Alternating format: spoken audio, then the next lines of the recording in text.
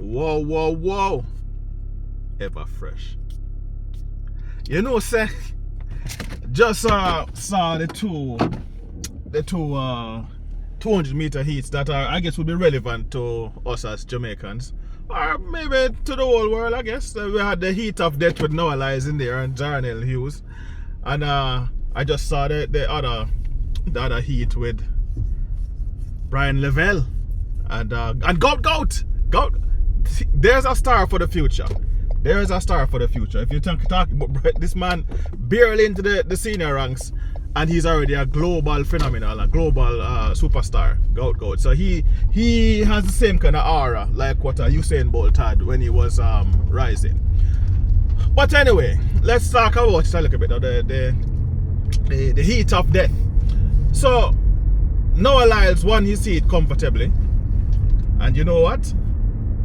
Zharnel Hughes of Great Britain, he is looking very comfortable. He was right there on his shoulder, was looking across. He had his qualification under control, just looking, not even pressing the issue. So he came second in his heat. But the story of the day, Donkey Man, old Calabar alumni, Donkey Man, Christopher Taylor, came third. He ran the race of his life. And a PR, I think his time was 20.32 or 20.23, whatever it was. He ran a personal best to qualify to go through to the next round. So big ups to Christopher Taylor, Donkey Man. Yeah man, good job bro. Alright, so the other heat now, I want to tell you, in my previous prediction, you know, I had said that Bryan levell may be third, may come fourth. But I tell you what, go and watch the heat, go and look at YouTube and look at some of the replays and look at the heat. He looked very comfortable. This man jogged a time of 19.8, 19.83. The man they jogged it, you know. This is going to be exciting. You know what I think is very interesting. You realize how the 100-meter has always been the premier short sprint event. And everybody talks about the fastest man in the world. But since Usain Bolt, you know, in my opinion, the new premier event seems to be, the most exciting event now seems to be the 200, you know.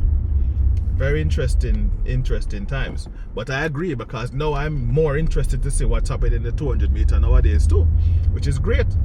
But listen man, Gout, you can tell that he's still, you know, he's still young and fresh.